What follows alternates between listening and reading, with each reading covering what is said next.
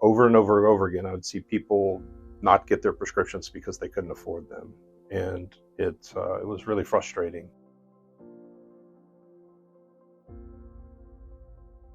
My name's Philip Baker. I'm a pharmacist with Good Shepherd Health. Good Shepherd's a nonprofit pharmacy, and we primarily serve low-income, uninsured patients with meds that have been donated either by manufacturers or other patients. I founded the pharmacy back in 2015 with about 200 drugs that we received from manufacturer donations, which was great, but it wasn't nearly enough. And so we started ordering the stuff that we couldn't get for free and just selling that to our members at cost, which created a great savings for them.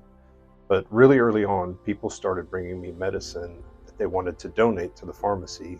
And back in 2015, that was illegal in the state of Tennessee. You couldn't return a drug to a pharmacy. So we started working with legislators, and over the course of a couple of years, drew up some legislation that did allow us to start accepting donated meds from individual patients. Our pharmacy is way different than any other pharmacy in that all of our patients' prescriptions are synchronized to the same fill schedule. So we fill all the prescriptions for all of our patients at the same time once a quarter. Box them all up, ship them all out at the same time, track them all to the patient's house. A lot of them are delivered, but do everything in a great big batch, which currently takes about 2 weeks every 3 months to kind of knock that out and get it done. So for those 2 weeks, we're really busy. We're filling a whole bunch of prescriptions. It's, long days. But once that's done, the majority of the filling has been done for the quarter. And so we have extra time to do clinical services, MTM, remote patient monitoring.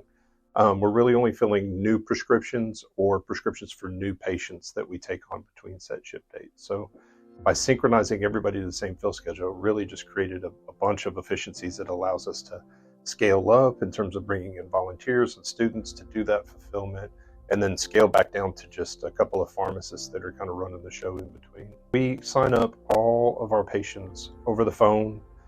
It starts with having them put together a list of what medications they take, what they need, which sounds really simple, but it's actually really difficult to get people to tell you what it is they need help with.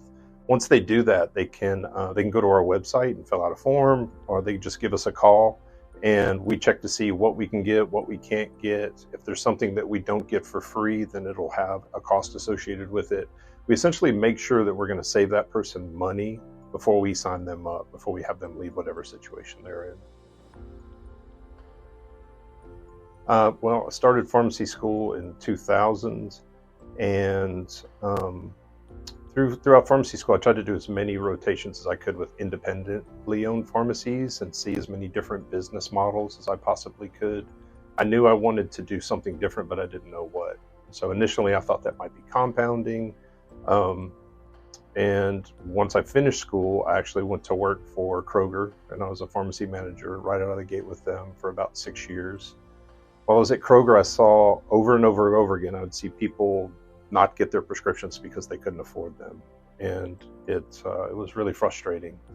So I left Kroger and became director of pharmacy for a small hospital in town, and really enjoyed that position as well, but was seeing that drug costs still play a part even in the hospital.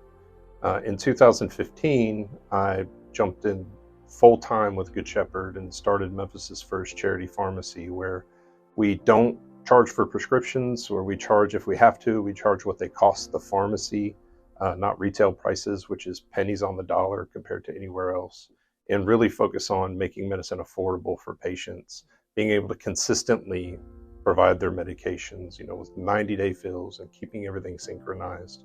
All of our patients pay a monthly membership fee, some amount that they can afford, and we pay our bills based on that membership fee. We don't mark up prescriptions. We don't charge dispensing fees or anything like that. And so that model is, I believe we were the first to ever do that, and that's been really where we've had success, and we're helping other ministries and pharmacies kind of learn how to do that as well. I spent a lot of time doing phone calls and meeting people, talking to patients, talking to local foundations and different nonprofits, always trying to find different ways to tap into different pools of patients that need our help. And so most of my time now is spent doing that versus actually in the pharmacy. Helping people is my favorite part about what I do. We really do make a big impact for the patients that we serve. Reclaiming these chemotherapy medications, on average, our patients are getting, with each fill, $15,000 worth of chemotherapy, and they wouldn't get cancer treatment any other way. There's no other place they can get these meds. And so that's just an enormous impact for them, for their health, for their families, financially and physically.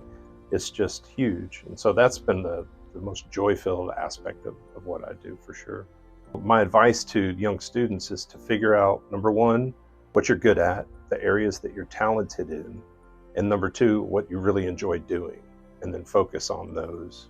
The first couple of years of college are general studies. I tell my kids that you go to college to figure out what you want to do. And so you've got those first couple of years to take a bunch of different classes, figure out what you like, figure out what you're good at, and then knuckle down from there. But knowing that if you pursue what you love, if you pursue what you really enjoy doing, it'll never feel like work. And money tends to follow that versus trying to figure out something that's going to be financially secure and pursuing that. Because sure enough, the world will change every 2 years, and those sure paths just aren't sure anymore. We are more.